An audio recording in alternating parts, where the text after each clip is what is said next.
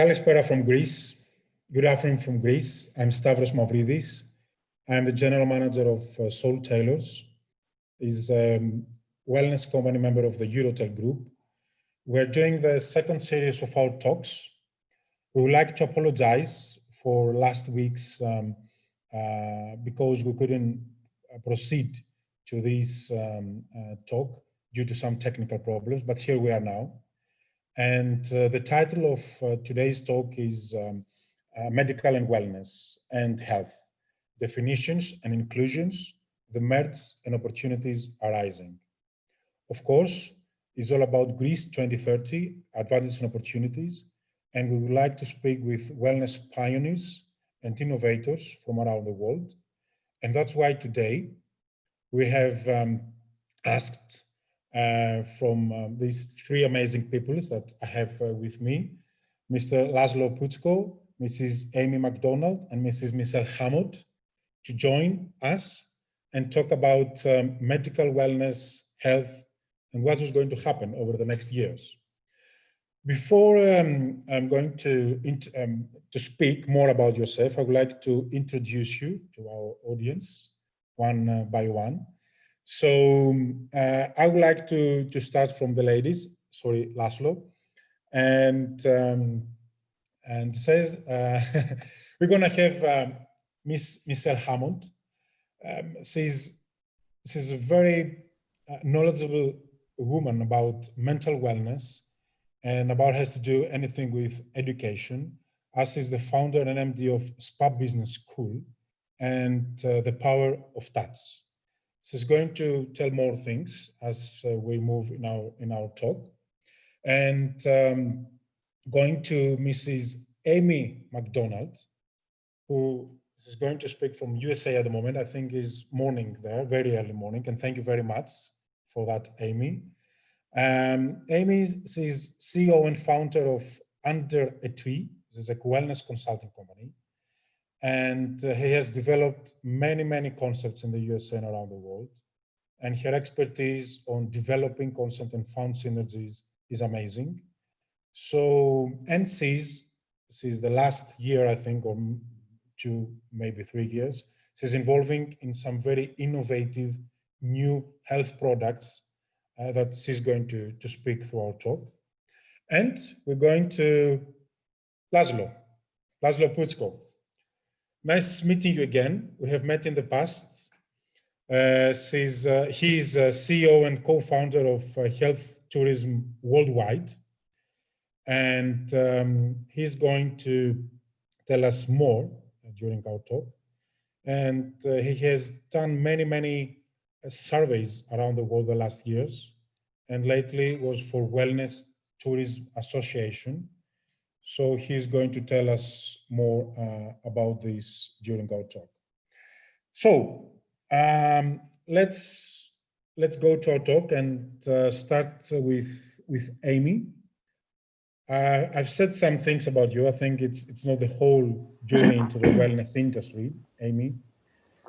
So could you please tell us more about your journey into the wellness industry and what are your current projects, that are you working now?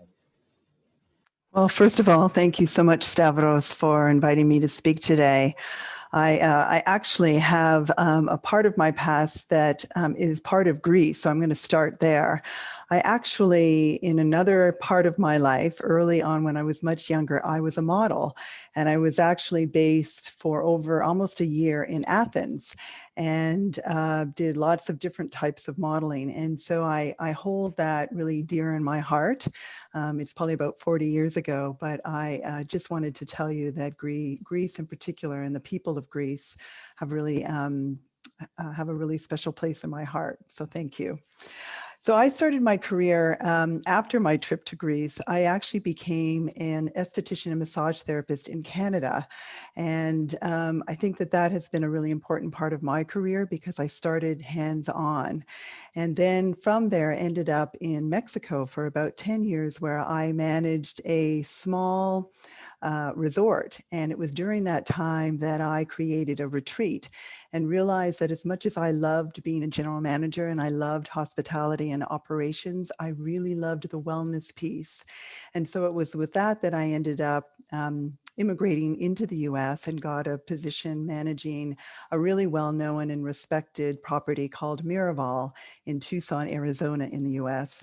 And that really was instrumental to me because it showed me how important educational programming and transformation was, separate from typical, standard massage. And so from there, I ended up leaving and starting my own consulting company about 15 years ago. And we have had the pleasure of working with many different types of clients, from hospitals to senior care facilities to more traditional hotel companies like Four Seasons and Hilton.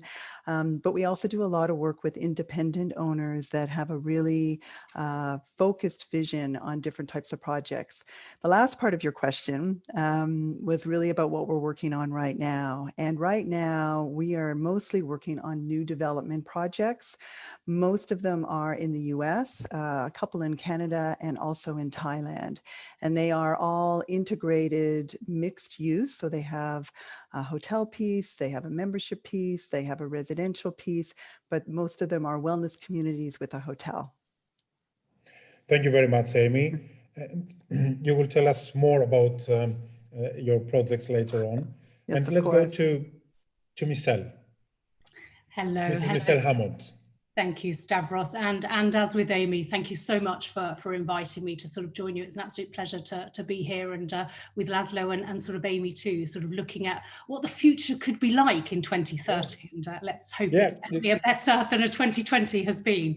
I think we're all looking forward to that.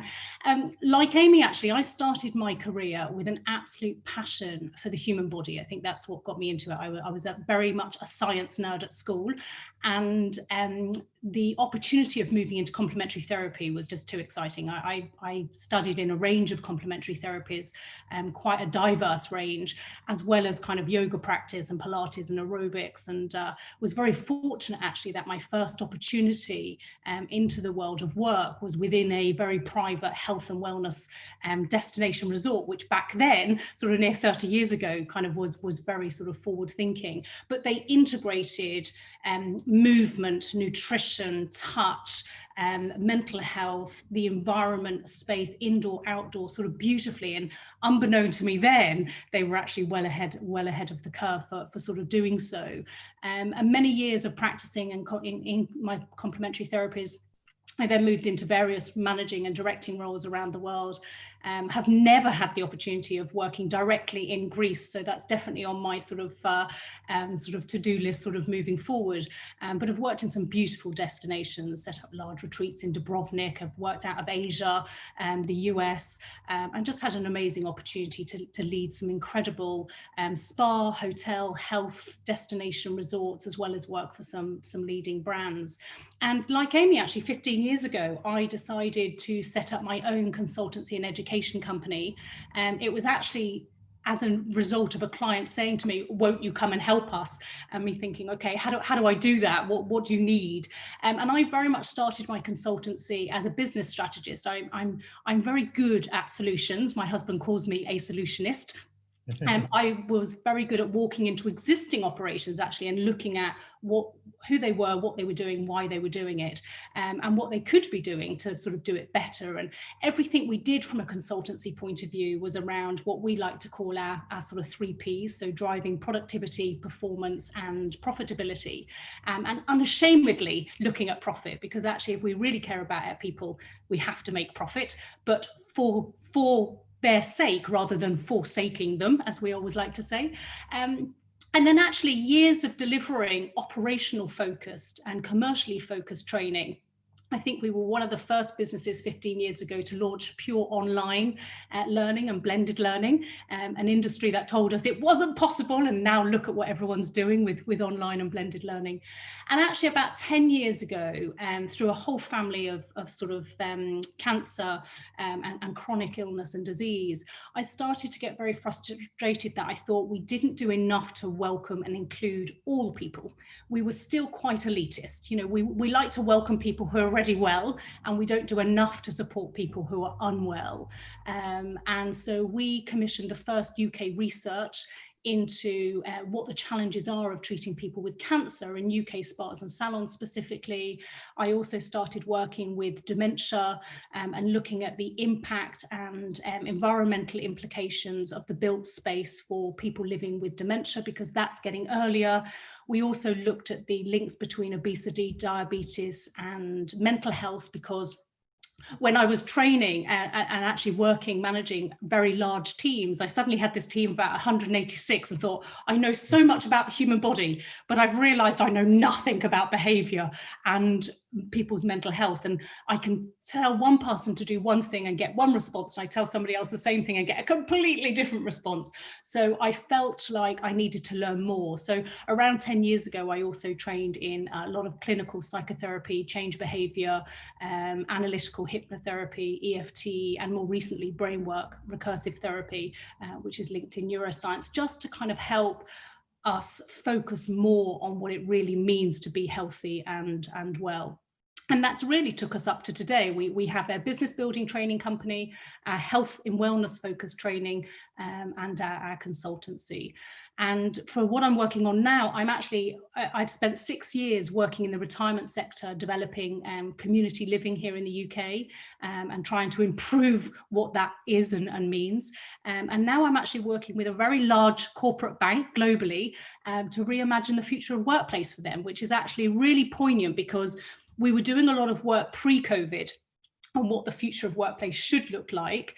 And actually, as a result of COVID, it's forced us to delve deeper into that and accelerate harder into what that might be. And that's great, because it's forcing us to look at not just the built environment and the way people work, but actually the implications of something like this pandemic on people's mental health, and what we can do in practical ways to help them improve that. So all our focus at the moment is very much in that kind of health and wellness arena. Amazing. And, you know, I know, Laszlo, you've been in the field of research and academic many years now.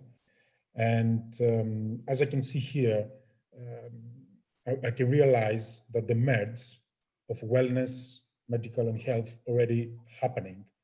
And could you please tell us more about the field of research and the health tourism worldwide? Yes, of course. So Kalispera, everybody. That's really my honor to be here with Michelle and Amy. It's very nice of you, Stavros, inviting me. Listening to these two great ladies, I wondered what can I add to all this, and because you've been covering quite some fields over here. But I'm coming from the travel side and the business side, and also from art and design. And my whole idea was back now 25 years that I really would like to do something which combines all those fields together. Then it was just about called experience economy.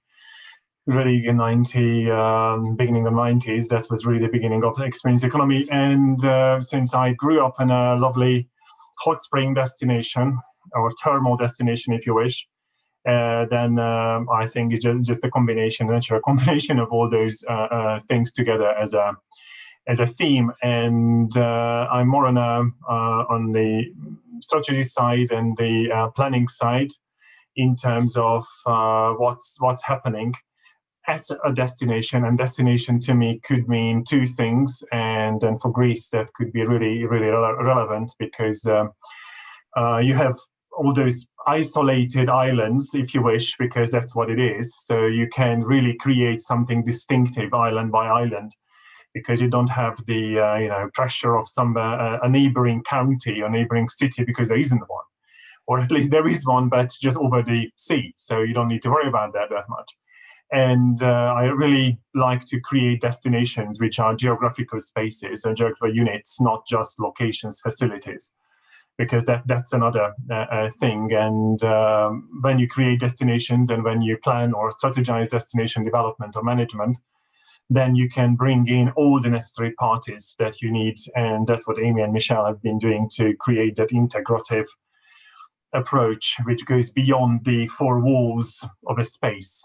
And when you because you can easily lose the magic when you step out from a building or step out from a property, and then you arrive to a totally different environment. And when you can create the whole messaging and the programming, of course, in very different ways, because everybody could add something to it piece by piece, like a puzzle. But that's a challenging task. So that's what I actually personally like doing. And at the moment, doing that in Central America, doing it in Asia, and that's a great thing. It's very challenging, and working with public sector is always a great joy. I think you can confirm that, all of you, that it's always a great joy. Municipalities, clusters, associations, and all that. That's ministries, that's politicians. That's just fabulous. No, really. I think, especially nowadays, this clear separation which has been going on between there's the medical side, there's the wellness side, probably it's, or not just probably, a little bit outdated. And that's, to be honest, it's never been like that. And I can tell this to you and to the audience because, we go back to ancient Greece.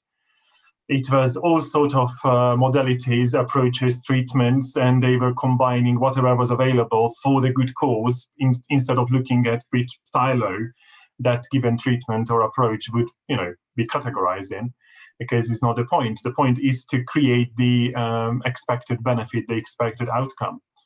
And when we look at, and interestingly, there's not that many people or companies around the world that would do both ends of the spectrum. So I'm equally in the medical side, many events in Greece, for that matter, on the medical tourism developments, and also many other countries. And looking at the totality of the problem and the situation, then you can pick and mix.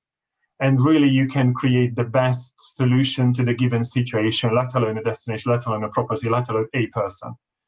As long as you're aware of all the possible options, from hugging trees down to, invasive interventions, then you can really create that. And that's what we have been doing. And since almost, to me at least, because I also was working in academia on off, because I do like the rigorous approach in academia of research and data collection and analysis, as those synthesis, and not as much in industry, which is going for the fluffy, exciting, as well as sounding good sort of direction sometimes. So I like to have the two together, so apply the rigor of academic research into industry initiatives. And that's what you have been referring to, Stavros, because that's the last, 15, 18 years or so, I've been doing that, since I like to base even our own work on some data which I can understand, and I can tell clients and destinations, whoever, that, guys, this is what's happening, and this is what the indicative situation is. And when you look at the academic side, it really can drill into something, as Michelle, you have been doing all that work recently. So that it's really going down deeply into a certain topic or issue or problem, and you can find the answers, or at least options. But then comes the trick, because you would need to be able to translate it to industry language. Because what does that mean? That sounds fantastic, brilliant. So it's I love it, but what shall I do with it?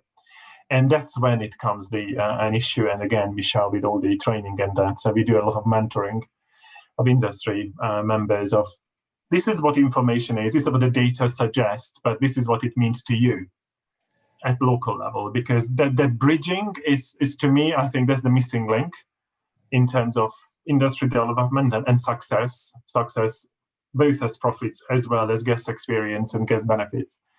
Because when you Google it, or whatever you do, you can find amazing amount of data and information, especially wellness nowadays, or health or well-being, depending on which language you're searching.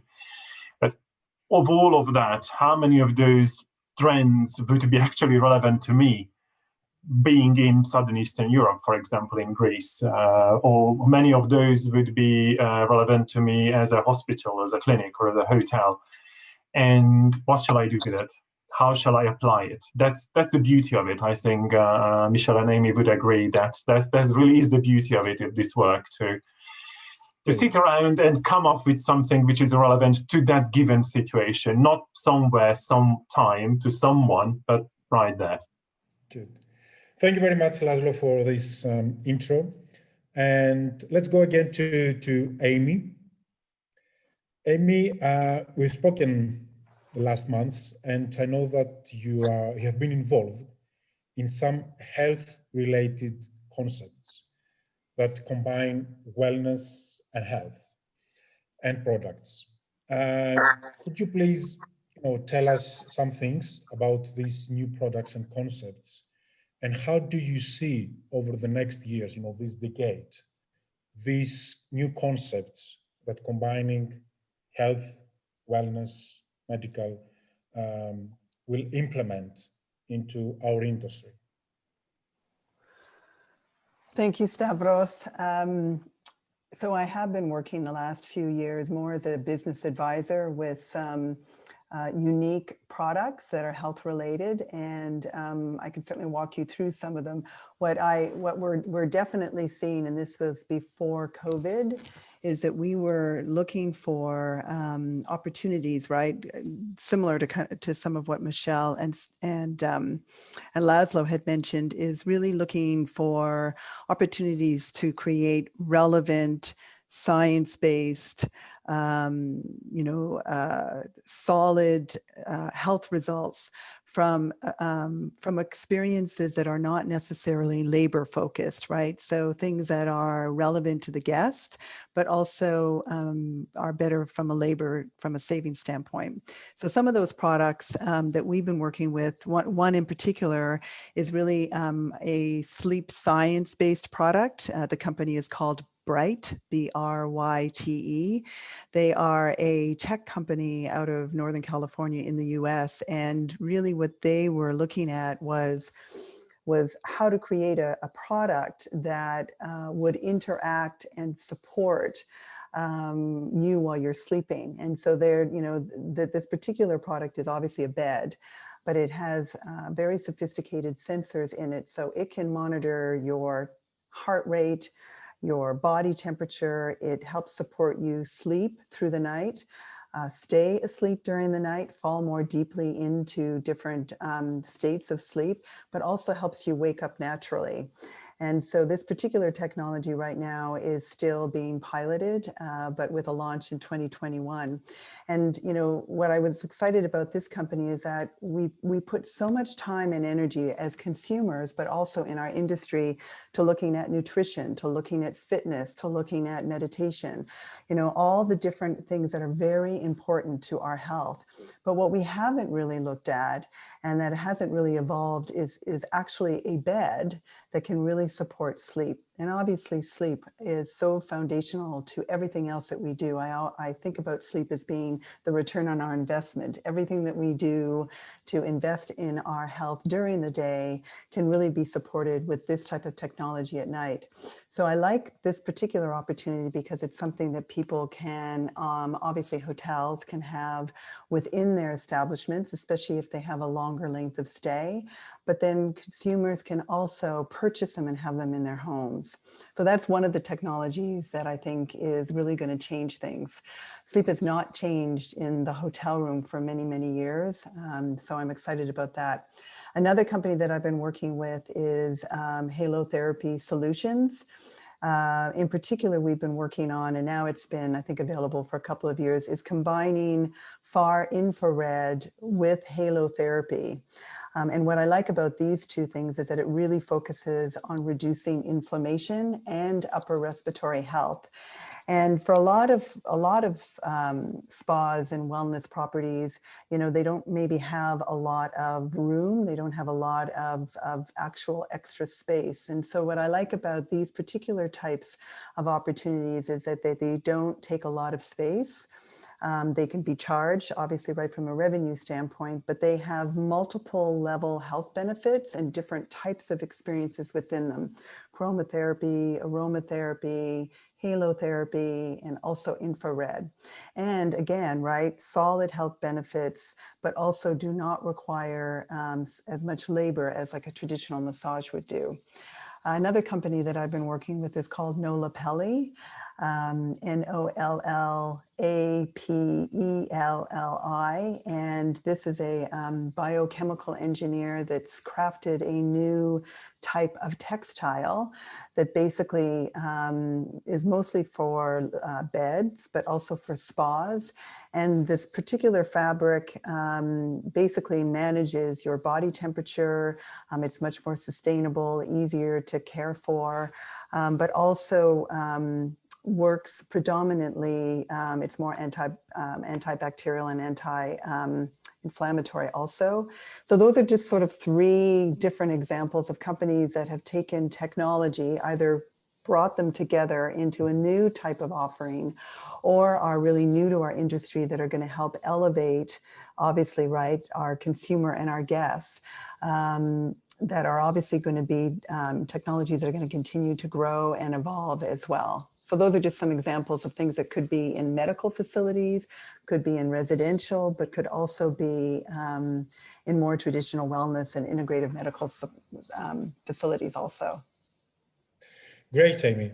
Yes, I had the opportunity to meet the owners of all these three companies you just mentioned, and we can see clearly the combination and the merge between health products and wellness. And this is something that we will see more the years to come, and this is the future, in my opinion. I don't know. But also, Stavros, you know, I'm very sensitive coming from, I mean, we're all in the high touch business also, that, right, especially now coming out of COVID, but what I like is the blend, right, of the touchless and still having, obviously, the importance of touch as well. Of course. Yeah. High touch, high tech. This is the message, I think. So thank you very much, Amy. Let's go to Michelle now. And Michelle, could you please share with us your view about mental wellness? Recently, in the Global Wellness Summit, we saw this, report. Yeah. And this is something that made us to think that mental wellness is the future.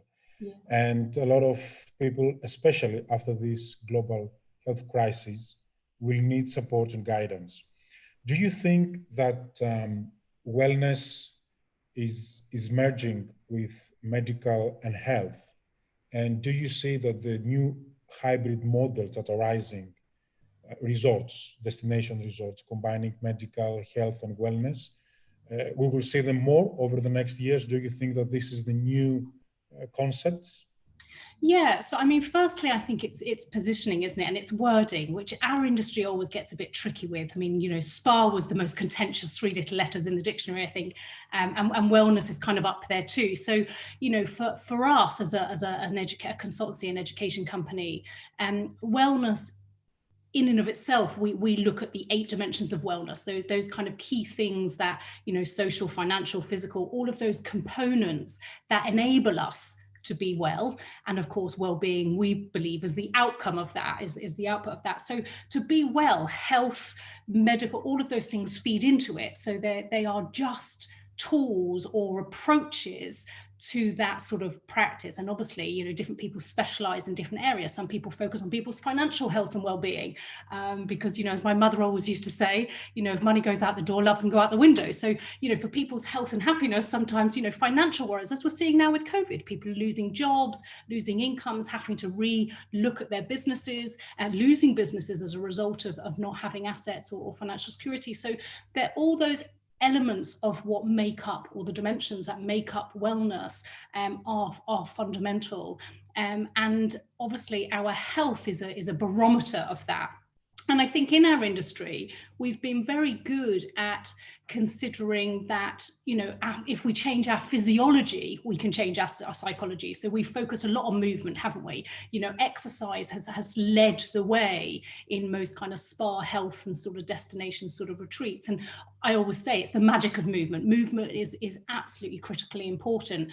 But actually, if we look at that saying the other way around, instead of physiology changes psychology, if we change our psychology, we can change our physiology. And I think that's where it gets really exciting, because actually we know that if we can learn to retrain, reframe our thinking, then we can change a lot of our behaviors, a lot of our sort of approaches to things. And we will look at ways, because most of us know how to stay healthy and well. We know that if we move more, eat better, sleep well, are more mindful, connect with our breath, with nature, with others, with the planet, sort of more heartily, we will be healthier and happier. But it's not always easy to do, because we're human, and for lots of reasons, whether it's past experiences, limiting beliefs, whatever, we can derail ourselves. And sometimes it's not easy to see those patterns of behavior. So I think definitely the more education we can bring to people around how much control they have on their psychology, and pragmatic approaches to what they can do for themselves, just like how they can move. You know, people now know they can do exercises at their desk.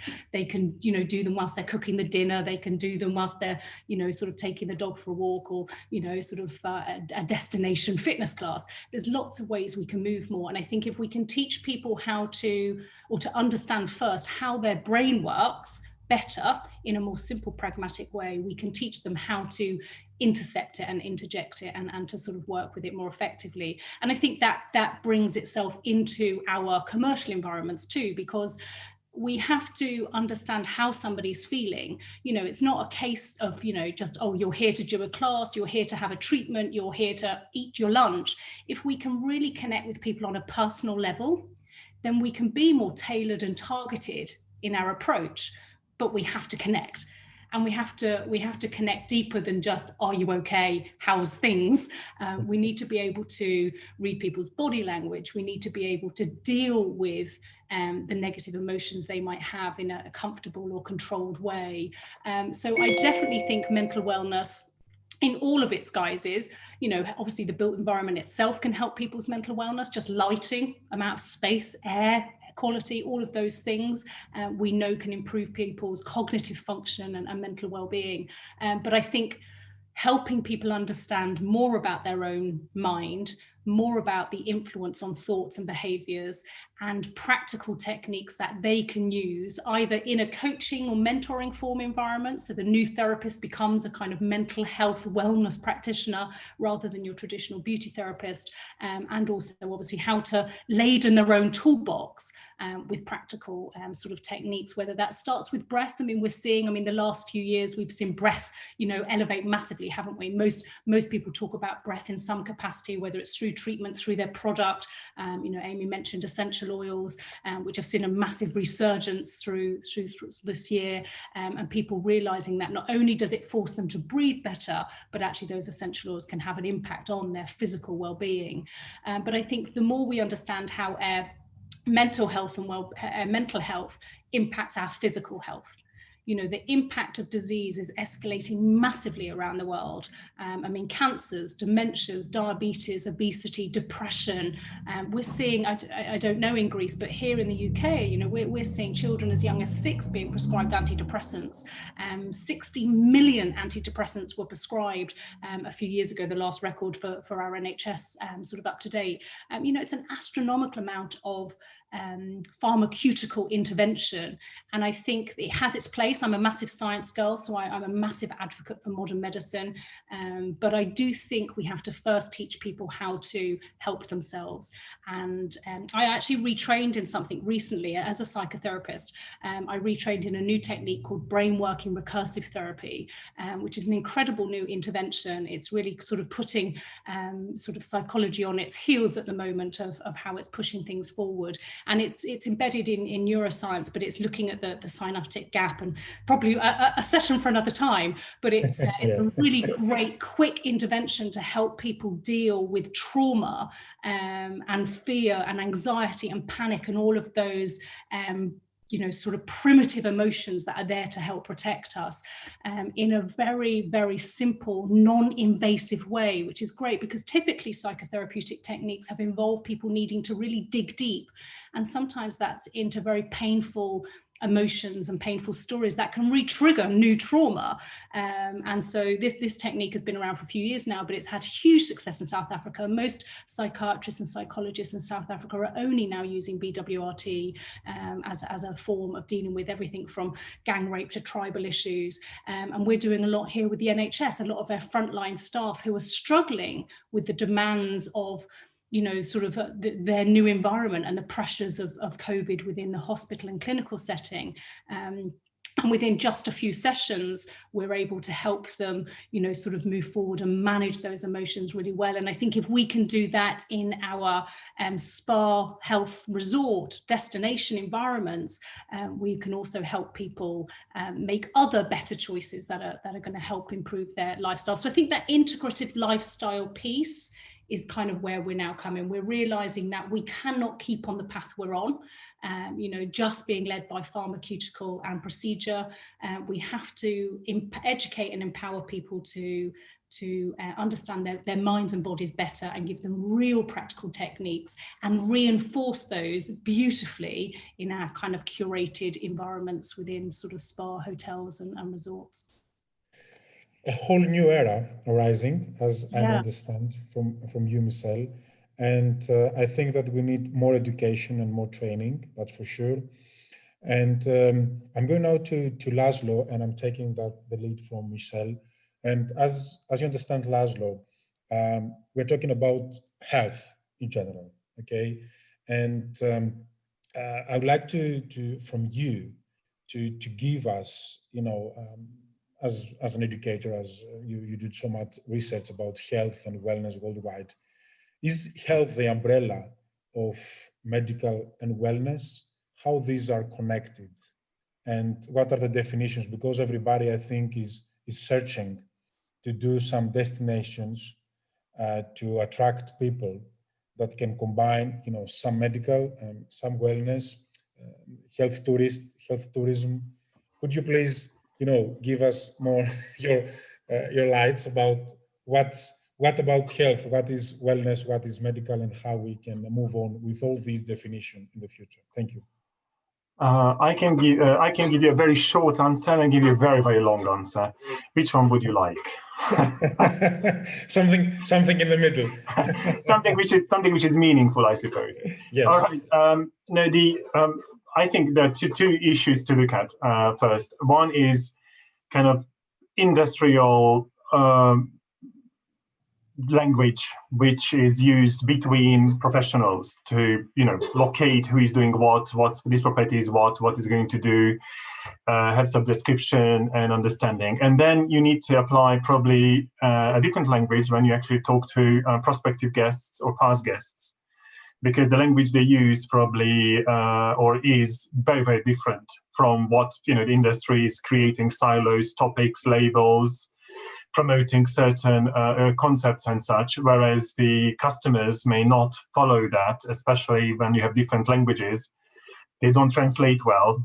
One terminology may not translate well in a different terminology. And just give you an idea that in Europe, they need to use thermal, whereas in US or in Asia, you can't use thermal really. You need to use hot spring for the matter, because that wouldn't resonate that well. They don't necessarily understand what that is, and so on and so on, even industry-wise. And think about how it's going with consumers.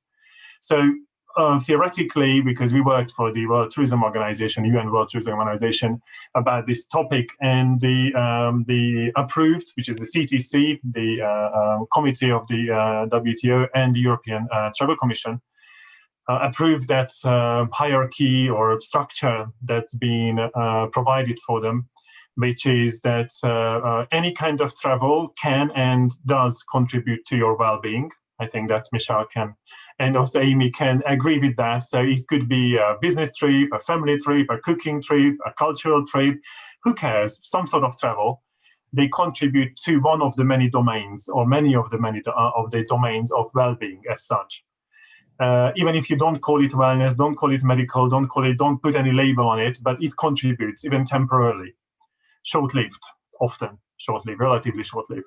So that's travel in general, and this is when I think industry as well as destinations would need to stop a little and think about what they have been doing so far, and to check how they can create value propositions and services that can foster this contribution to the traveler's well-being without labeling it as wellness, without labeling it as medical or whatever you want to call it, because that would be beneficial to every single guest or most of the guests, even if those who don't buy wellness because it's too expensive and too elite, or I'm not medical because I'm not ill. Even then, Michelle, you can confirm, I believe, they would really respond very well to a certain practice or approach or a new service, which you may not even describe it as a wellness thing, is just good for them, or the benefit is there, and they just respond to it rather well. So the idea is that well-being, can be improved and should be improved. And I had a bit of a heated discussion with hospitality colleagues recently, that they said, oh, well, hospitality would need to turn to wellness and improve. I said, guys, can we just stop? May I say that you are missing the boat? Because hospitality, by definition, and then it's from Greek, by definition, should be about making guests comfortable, happy, welcome, and feeling well. So when you tell me that hospitality should turn to wellness, that just tells me that you don't actually know what you're supposed to be doing. Of course, it's a harsh statement on that, but that's I think very much the essence of it. Hospitality, by definition, should be looking for ways in which makes you feel comfortable, makes you feel well. But that's just on the side. So we need to work on the bulk of the service, because the wellness side and the medical side would be under the umbrella of health when you look at it as a structure, when it has a primary motivation for travel. It could be a medical side, can be somewhere between, which is kind of supervised wellness but by medical professionals, down to the holistic spiritual end, which they don't even like the term wellness, because wellness is commercial and wellness is expensive, wellness is pampering. We are spiritual and we are holistic. So, we can have all these discussions about who uses what terminology, who would like to belong to. But from industry perspective, it is recommended to call health as an umbrella, and under which you have the medical side, the medical wellness, and the wellness side. And the wellness includes the holistic and the spiritual. And of course, in the medical side, you have the invasive and non-invasive. Still, you can have discussions such as, is plastic surgery medical? It's elective. No one told you to do it. It's not prescribed. Is it for your conscience? Is it for your intellectual as well as personal well-being and emotional well-being and physical well-being and even financial well-being, for the matter, in certain cases? But obviously, that's a medical intervention, hopefully, in many cases, or at least administered or supervised by medical professionals or healthcare professionals, for the matter. But from the consumer side, often considered to be as a wellness sort of thing. If you go to Brazil, it's not even considered in the statistics as a medical intervention, plastic surgery, because although it's medically driven, but in Brazil it's not considered, so you can't even label it that way. So I think, to me, what really is important, instead of looking at labels, or instead of looking at categories and distinctions, more like what Amy and Michelle have been saying, is what is the approach that's going to deliver the result that our guests would benefit from. If it's a medical intervention or medically driven intervention, I may or may not suggest to call it medical, because it's not the point. Sometimes you need to emphasize the medical nature of it, because people trust more. If you have someone who is a doctor, professor, clinician, or any other healthcare professional, Sometimes the person would need to have, a license and training from the most important guru in whichever ashram, because that gives the necessary reference and background. So, Stavros, the answer to your question is that I don't know. It depends where you are. And if you don't mind me saying, and this is, the beauty of the business is that you have amazing amount of options, what you can choose from and mix together. And we haven't mentioned, talking about Greece in particular, Ikaria, which is being one of the blue zone islands. And is this still relevant? Can we translate it to actual services? Can we create something which is close enough? Of course, in terms of travel, you cannot create a long-lasting impact while you are staying, because that would require months and years of stay. But practices, approaches, what we can learn from it, what you can take home from it. For example, is it still relevant for Ikaria, given the social changes, the impact of the internet and all that? Is it still something that we can count on, diet-wise, exercise-wise, the good tribe, the thinking? Michelle, you can certainly approve on that in the positive outlook and the social connection. That's why I'm a little bit puzzled with this social distancing, because that's probably the worst terminology we could use, because it is physical distancing and not social distancing. You need to keep physical distance and not social distance. People are desperate to have social networks running, even just over the internet or whatever it is. So calling that social distancing, I'm puzzled by this whole phenomena. But that's just English language, and then that's been used. So I really personally really like to see the look at as what we're doing recently, what we can learn from the Hawaiian lifestyle, the Japanese lifestyle, not the blue zones only, but all those terminologies that we have, like 27 approaches in the world, that is all about, and that's your answer, is balance and happiness. That's what people actually want to achieve one way or another, not wellness as such or medical as such. I want to create the balance or rebalance my imbalance. And Amy, with your hospital or healthcare work, and Michelle as well, when you say that, who says you cannot have, you are ill, physically ill, but you still can be not well, but better. And how is that? It's not an oxymoron. You can achieve that, but hospital healthcare providers would need to revisit of how they what they permit in the on the premises. But who says you cannot have a glass of wine when you are stage 3 cancer, stage 4 cancer? Who cares? Seriously, when you have such a tragedy happening with you, and you're not permitted to have a glass of wine because a healthcare license wouldn't permit. So what? But these so whats would need to be asked more times, and then I believe not all, but at least some of the service providers and destinations organizations would be able to kind of stop a little and revisit what they have been doing so far. And just giving a credit, Amy, to Canada, where GPs can prescribe nature. And I really, really advocate that kind of approach. That's really fantastic, that you can have a prescription that you must go to nature X minutes. And this is doctor's prescription. So that's a good start. That's a good start. And it's sad that we got there, that we had to have a doctor's note to go to nature, because most of those things that we're doing now and sort of rediscovering is being discovered 2,500 years ago. Yeah. Just we haven't been doing it. Yeah, true. Laszlo, thank you very much for this answer. I think that, yes, there is a big discussion and argument worldwide about the new wording, about definitions, about our goals in this worldwide wellness industry. Thank you very much, Laszlo, for this answer. And let's go to Amy now.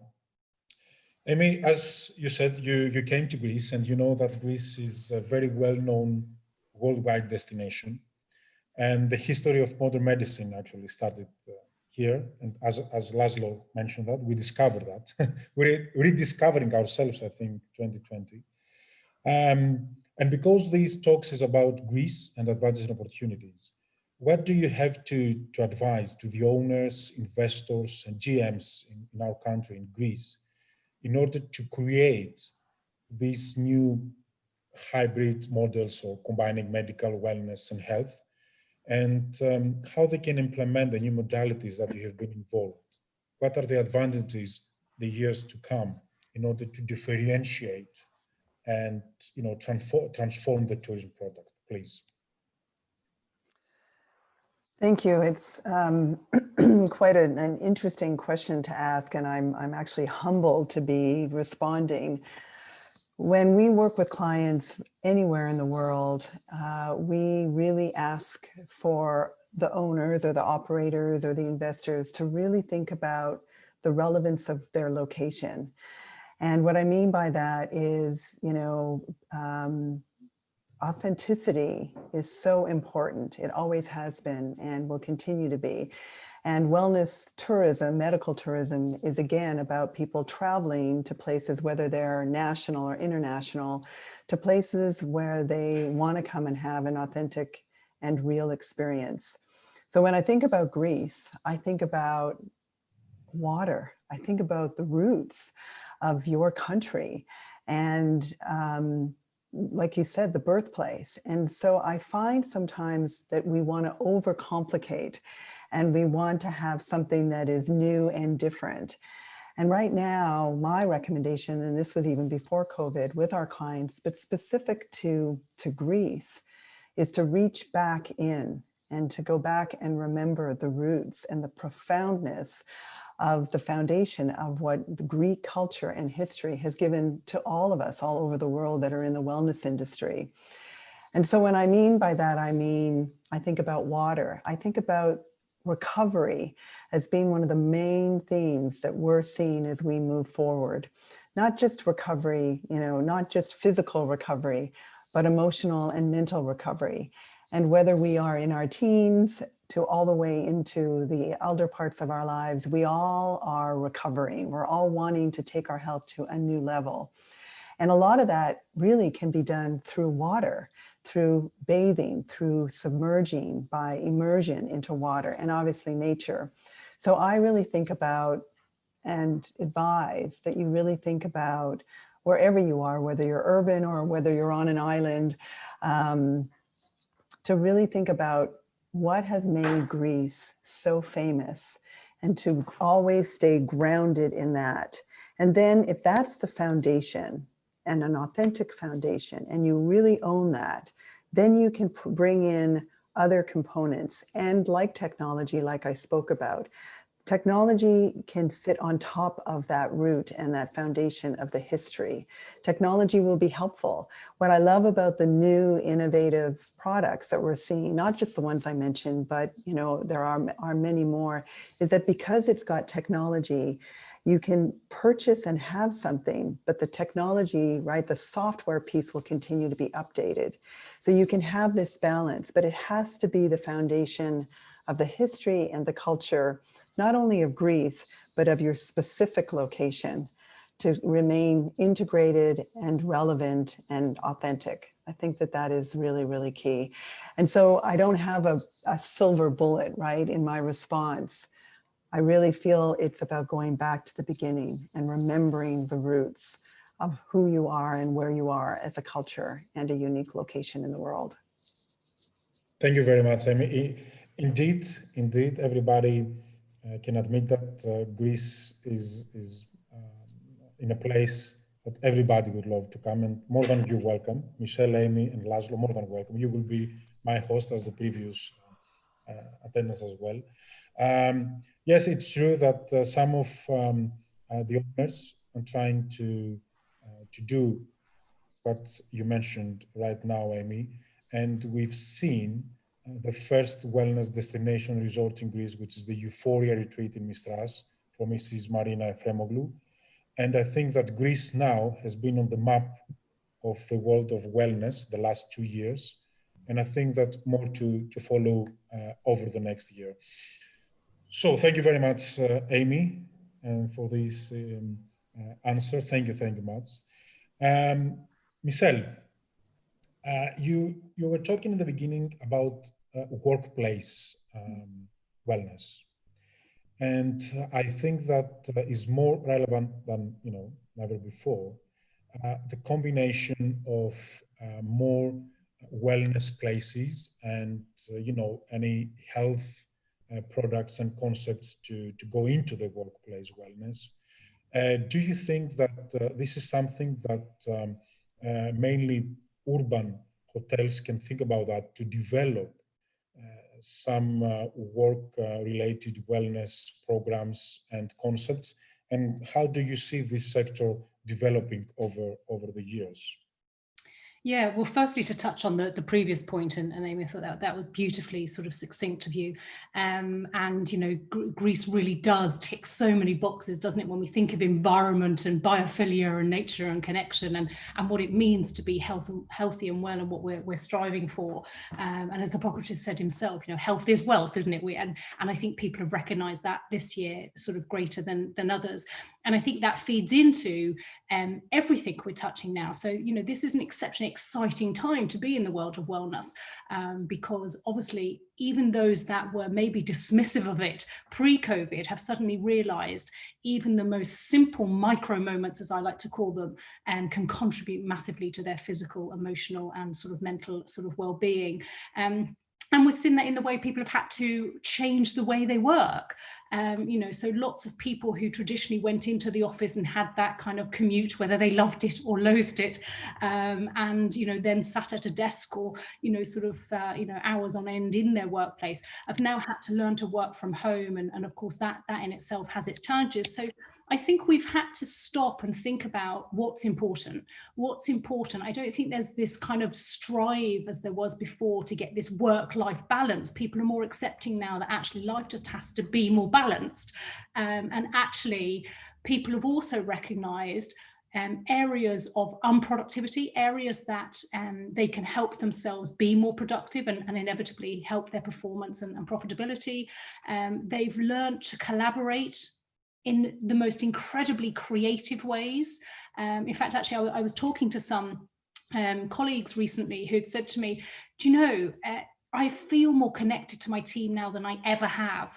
And as much as most people are zoomed out now and we're all looking forward to kind of getting together and physically being, sort of connected with each other as much as possible, people are feeling that because we are all in this same storm, there's an appreciation for kind of the challenges people have gone through. And there's an opportunity to look people in the eyes and say, actually, how are you?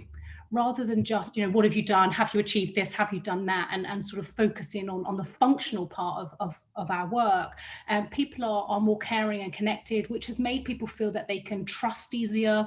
They're building stronger relationships at work, and they feel more, for those employees that have been able to really support their colleagues and nurture and sort of support them through this process. We're seeing absolutely huge uplifts in some areas of productivity and profitability. So I think how it works in the workplace is people will reimagine the workplace. There are many people who will now probably work from home as a standard, and most jobs will have to show agility and flexibility, which is great because it enables us to widen our asset search and look for the right people, not just people who are in a locality to us. We allow people to be treated like adults, so it means we can measure them much more by outcome, not just time at desk.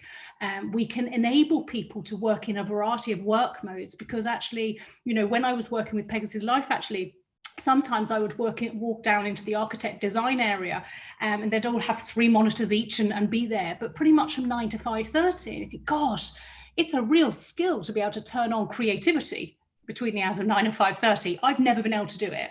Sometimes I write some of their best training content when I've took my daughter to the swings, or I'm walking along the river, or it's midnight and my husband's going, shall we go to bed? And I'm like, no, I've just had a brilliant idea. Sometimes these things come to us. And I think that's what COVID has enabled us to do, is recognize what personally works best for us. So I think what that does from a commercial point of view in urban hotels or general destinations and resorts is allow people to think about about how can we then support people in those areas. So from an urban point of view, if you're running meetings, conferences and events, you know, maybe actually your programming is no longer available Monday to Friday from 9 to 5:30. Maybe the ways people can access conferences and events completely changes in times and days. And rather than just a 15-minute well-being break where they do a bit of mindfulness or a yoga or a breath work, maybe we can get a lot more personal and prescriptive with that. And we can leverage data because as Amy said, you know, there's some incredible tech companies coming to the fore, but actually a lot of those sensors and tech enablement are available for the workplace now. So we can automatically send push notifications for people to say, you've been sat down too long, get up, move around, or, you know, give them walking desks, not just sitting desks, or anti-gravity chairs. Maybe we can give them, you know, sort of menus at their desk that gives them a whole host of different options that they can choose from based on what's relevant for them to be supported. But I think before we start programming opportunities for our clients, I think what's really important is we look at what are we doing for our teams. What are we doing for our colleagues? Because, you know, self-care is absolutely critical. We all need to put our own oxygen masks on, of course.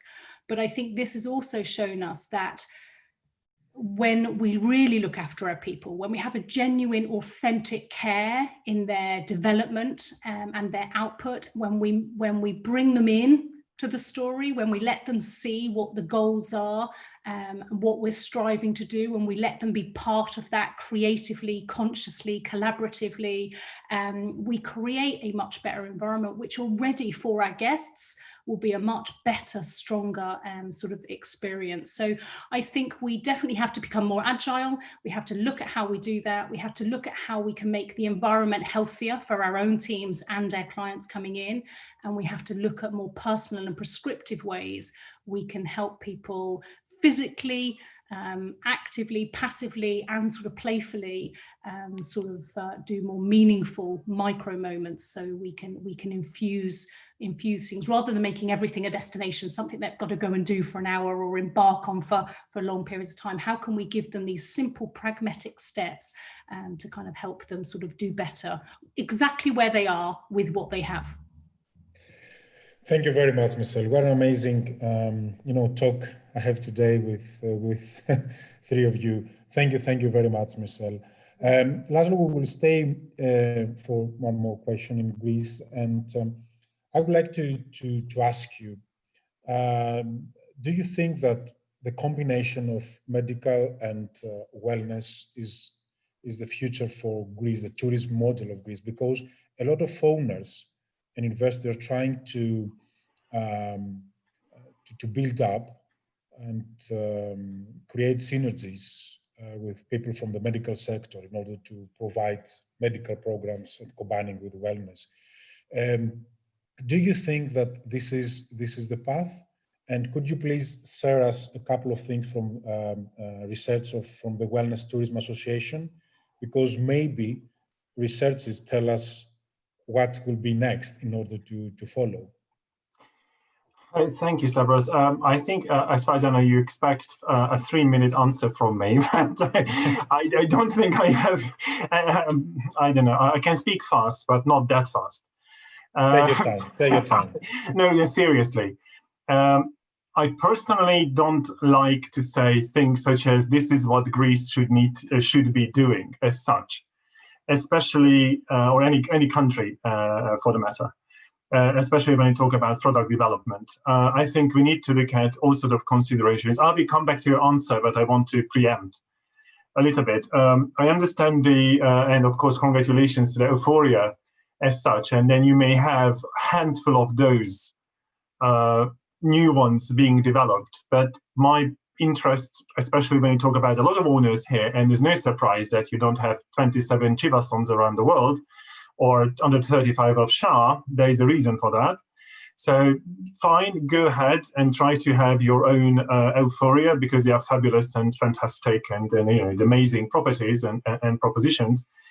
But I'm more interested in, and I would also very much suggest to the owners to look into all the opportunities that already Amy and Michelle summarized, and look at the simple things such as the combination of smart and stupid. Everybody's smart, but I like to refer to the stupid solutions as well, which are not technology-based.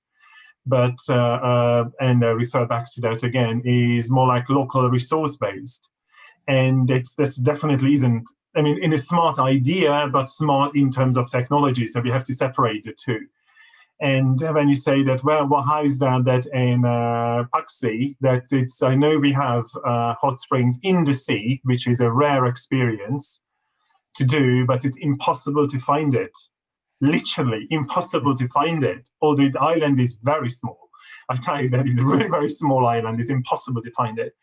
Or when you say that go to Kefalonia and you have the red sand beach, there are some benefits of red sand compared to the other kind of sand, but no one ever talked about it or investigated, as far as I have my understanding. Or when you go again around Kefalonia and or for the matter, even some other islands, and you can have all the hot springs around the islands. They are not even rustic and almost non-existent.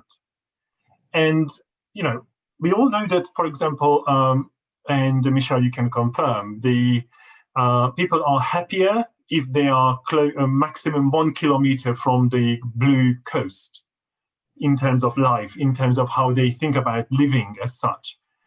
And how many islands you have in Greece where it's literally the whole island? When you have, if you have 1 kilometer from the coast, you literally include the whole island. But that's a fact. We know we have clinical studies, we have the evidence, we have the data to prove it.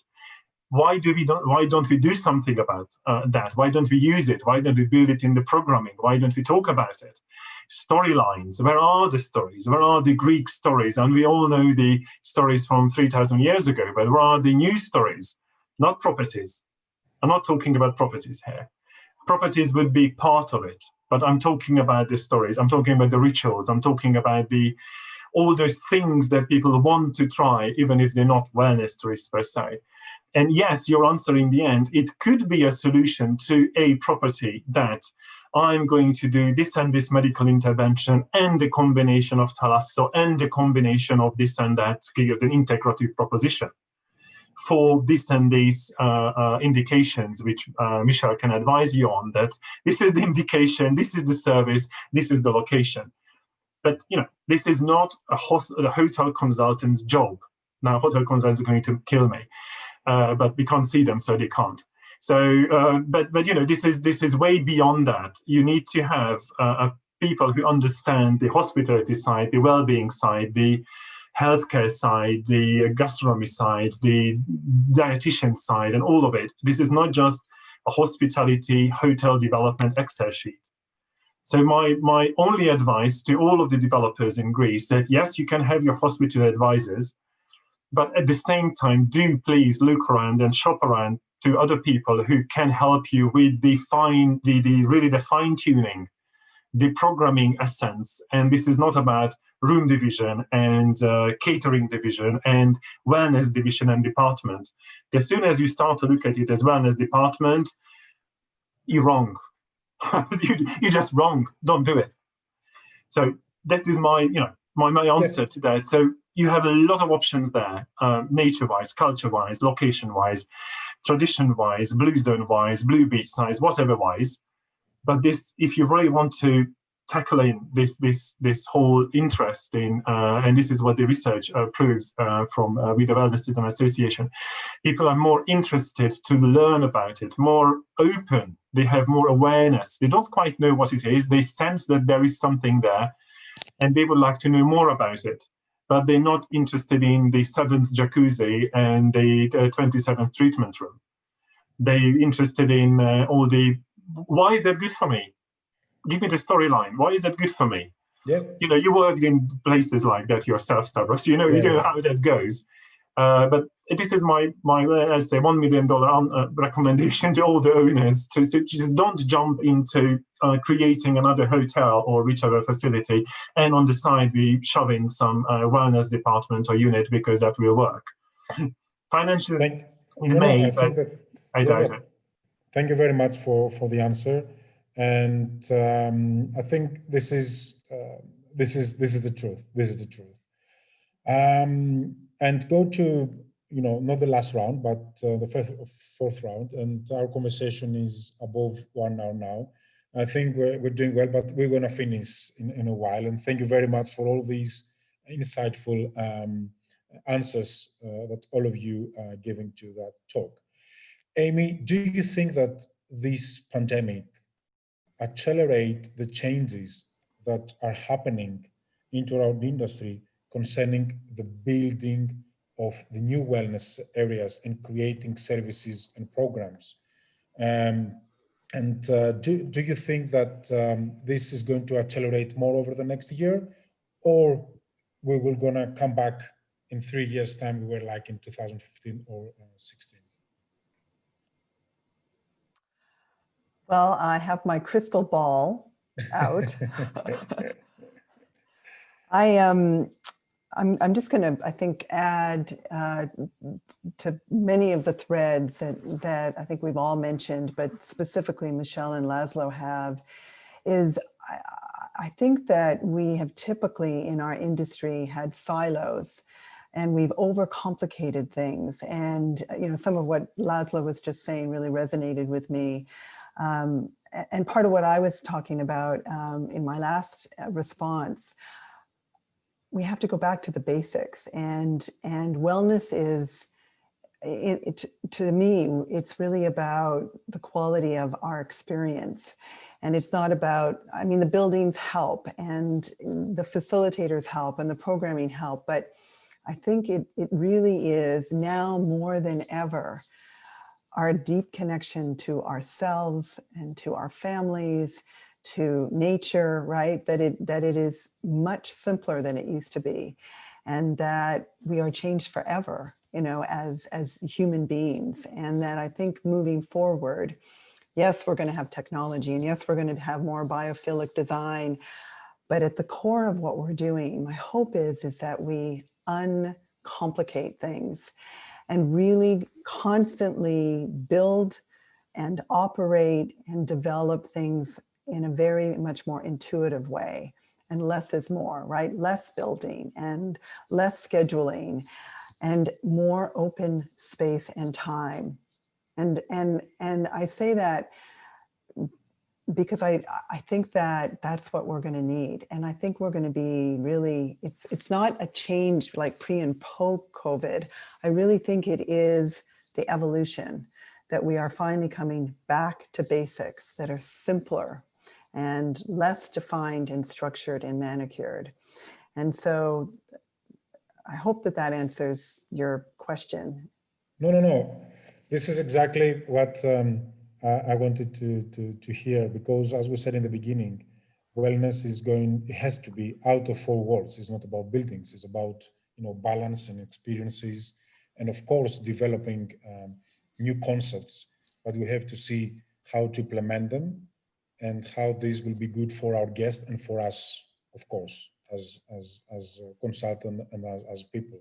Mm-hmm. And this gives me now the opportunity to ask Michelle, because all these can happen, of course, but the people, the staff, is the mediums that will give all these concepts to the guests.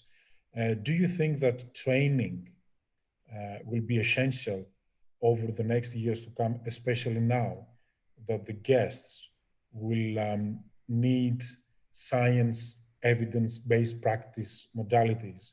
And could you please describe shortly in a bullet points how we can drive training the years to come to the people that are working into the wellness sector?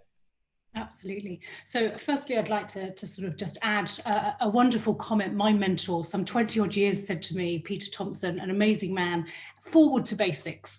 And I just think actually, if we all just focused on going forward to basics, it would be an amazing industry. Because I think you're absolutely right, Amy. We have a terrible habit of human beings generally, but I particularly think in our industry, of massively overcomplicating things.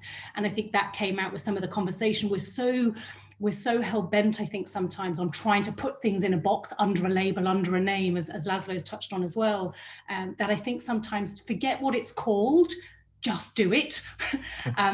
Focus on who your clients are, who are you serving, what are you trying to do, and just focus on the delivery, then worry about what label it's got on it. But as Laszlo said, lead with the stories, because that's what hooks in our clients. And that's also what hooks in our people. We have to attract the best people to our businesses, and now people will have choice more than ever. We are seeing lots of people who no longer want to travel. They don't want to work away from home anymore. Now that may be short-lived, and we may see that uplift as COVID sort of, hopefully sort of disappears and dissolves into the background. But at the moment, we have been in a situation as an industry where recruitment and retention have been the breaking points of most really good businesses. And we settle, if I'm honest, for mediocre way too often in our businesses. And I think particularly when we look at practitioners, which have typically led the way in our services, I've always been very frustrated that we don't do enough post-college, post-learning to help keep up the level of underpinning knowledge and real skill.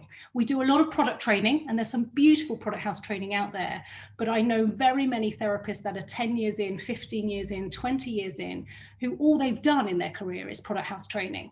They haven't done any other core skill development, and they haven't reminded themselves about the underpinning knowledge. So we end up doing consultations quite often, even for basic treatments, basic beauty treatments and services, where actually when somebody ticks that they have cancer, diabetes, are on blood pressure medication, or whatever it is, we don't actually do anything different. We don't actually know what to do different and how to adapt. And for me, that's conveyor belt therapy. And I personally don't want to spend £70, £90, £150 or sort of euros. I don't want to spend that level of money on a mediocre therapist doing conveyor belt therapy. I want someone who meets me where I am, who takes the time to understand me, and that actually delivers a treatment that's right and relevant for me. I think moving forward, that might mean a whole shift in the way we teach and sort of train and develop people. And I think as owner operators, we cannot rely on colleges and our training institutes to do it. We have to put our own oxygen masks on first. So we bring the right people into our business who have the right attitude and the right personality to fit our brand and our goals, and then we train them. We don't give anyone else that responsibility. We take that responsibility to train them. And it may be we no longer have therapists that are general practitioners in everything. We may specialize them. You might have your beauty therapist who does her, sort of fast facials and manicures, pedicures, waxing, those sorts of services. Then you might have your more holistic therapist, and then you might have your more well-being based practitioner who may be led through sort of advanced complementary therapy, whether that's hands-on, clinical or sort of mental sort of health. But I generally think we need to do much more with any of our practitioners, therapists of whatever level, our fitness instructors, our food and beverage servers, our receptionists and schedulers, anyone who works within our business, to recognize and understand mental health issues. And there's lots of really great training out and accessible to people now to help people understand, firstly, what does it mean to be well? What does it mean to be well, healthy and well?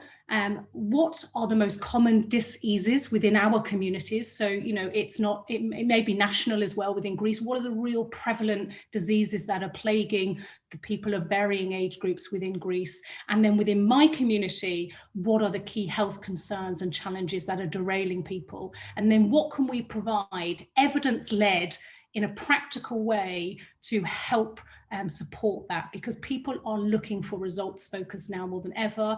And of course, it will enable us to know where the gap is in our business, both from a who are we missing and a how are we missing training and developing them. So I think it's kind of basic marketing principles, isn't it? Training is so important, but just doing product house training after product house training is not going to advance your business, is not going to develop the skill set of your team, and it's just going to make them look for the next shiny new thing as it sort of comes along. We need to see real training and progression. And whilst I'm on that, we also need to see financial recognition and reward for experience, because I have, again, 15-year therapists who are exceptional, being paid not dissimilar to someone who's just broke out of college.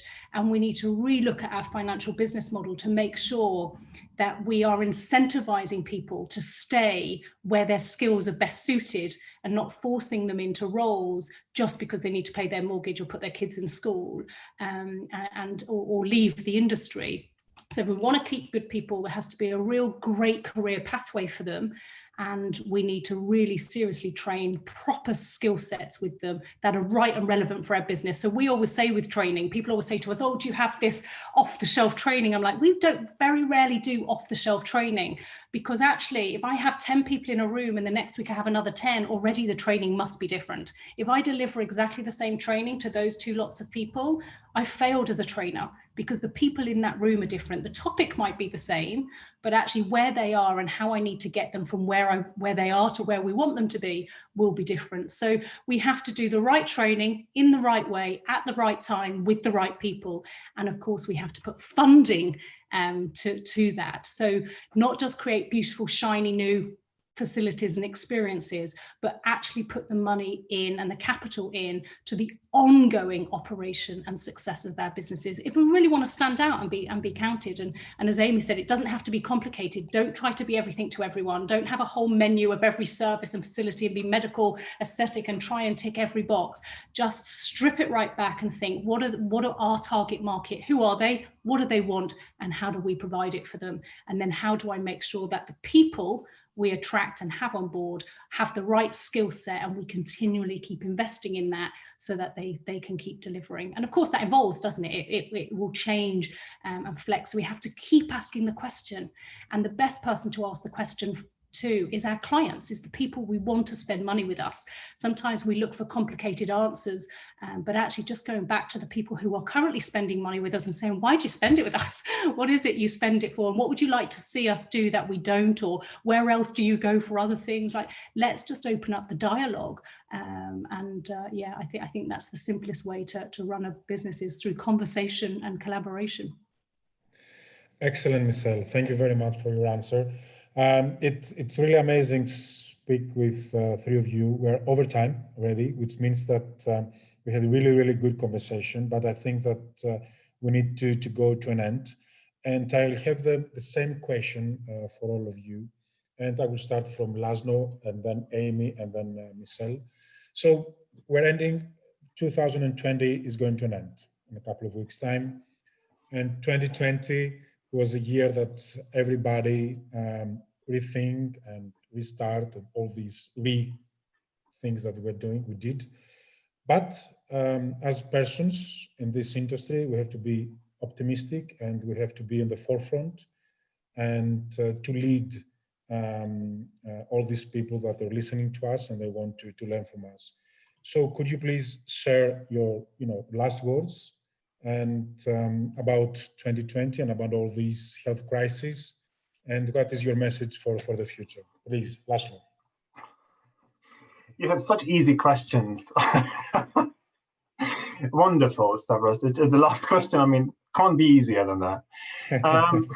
Look, from every situation, every experience, we all need to learn and ponder a little sometimes, or even not just sometimes.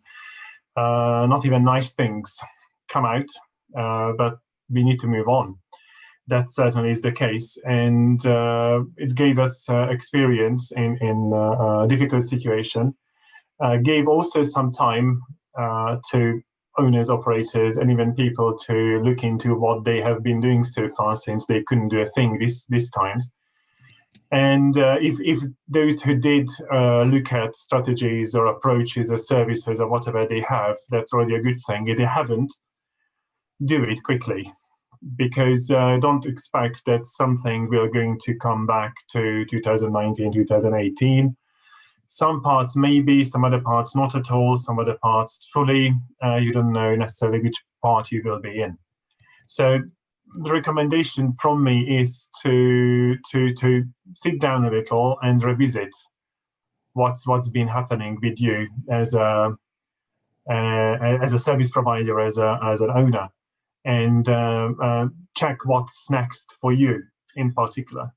And just following up with what Michelle said, I think although the training for staff is really paramount, but for now, I would really recommend to do training for owners, because they have, and I'm really not brutally honest, my wife calls me brutally honest, so that's fine. And it's end of the year, so I can do that. So I think most owners have no idea what they're missing. And the looking at, Amy and Michelle, I think you know what I'm talking about. The blood and tears when you try to convince an owner that I just want to create the next place, this and this. Don't. It's just not going to work, and it's going to be underperforming, and you're not going to be overachieving, and difficult to find staff, and difficult to financing. So I would do very much so the retraining, and at least rewiring the thinking of owners, and also that refers to the financing parties. Because going back to the silo thing, I understand what a hotel is, but I understand what a retreat is in terms of financial means and performance, for example, or whatever is between whichever category. So my idea is to learn a little, everyone, not during Christmas, but say around this time, just learn a little, look around and shop around in terms of ideas and experiences and performances. And don't ever copy. That's my other $1 million comment. Don't copy, just learn from it. So owners do look around and do revisit, because even the tiniest stupid improvement in your service delivery can make all the difference for the guests. And we would call it well-being improvement, but you don't have to. But this is the beauty of the work. So that's my comment. Thank you very much, Laszlo. Amy?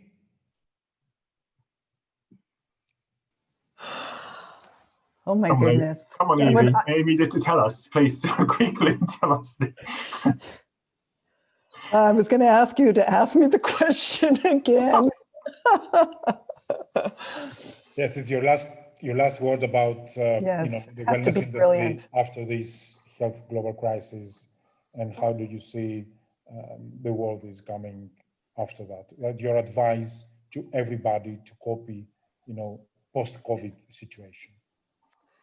The one, thank you for repeating it. I would agree with everything that Laszlo said, now more than ever. The only other piece that I want to add that we have not mentioned is love and kindness. And I think that that's one of the pieces, one of the profound silver linings that's come out. And I think it is important for us as we move forward to remember that is fundamentally, right? We're in the hospitality industry. We are in a place of serving. That is the core of our industry. And separate from not complicating things and staying simple and relevant, it's to always go back to the heart. And I'm finding now more and more that my clients, whether they're investors or developers, are willing to talk about that, because we've all been touched and moved and changed forever. And so remembering love and kindness moving forward. Great, Amy. Thank you very much. Michelle? Well, I think I'm echoing that to an extent, really. Your colleagues, your clients, your community have never cared more than they do right now. And I think we all want to be seen. I think we all want to be well. There is no surprise in that. And I think we have to do what we can with where we are. And I think collectively and collaboratively, we can do so much more. And as I say, people's hearts, heads, minds are open to kind of connect, share and support. So I think you have an opportunity to deepen the authenticity of your business and your relationships so much better now than ever before. And I think we really need to hold on to that as we move forward and protect what COVID has enabled us to sort of do. That's my advice. Start where you are with what you have, and remember, it's the people we missed most, nothing else. Thank you very much, Michelle, for that. I think that now it's time to go to an end of this talk. I really enjoyed this talk. We could actually continue that talk for 4 hours. It's so many things. And I think all of you, Laszlo, Amy, and Michelle, you mentioned key points that will help everybody of us here in Greece and worldwide to move on and help that, help people to see the world different and admire what they have now in order to create the future.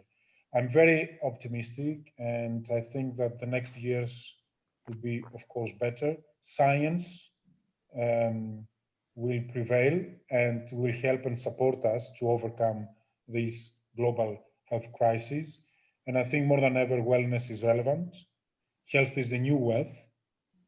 And I would like to thank you again, all of you, Amy, Laszlo, and Michelle, and all of our attendees.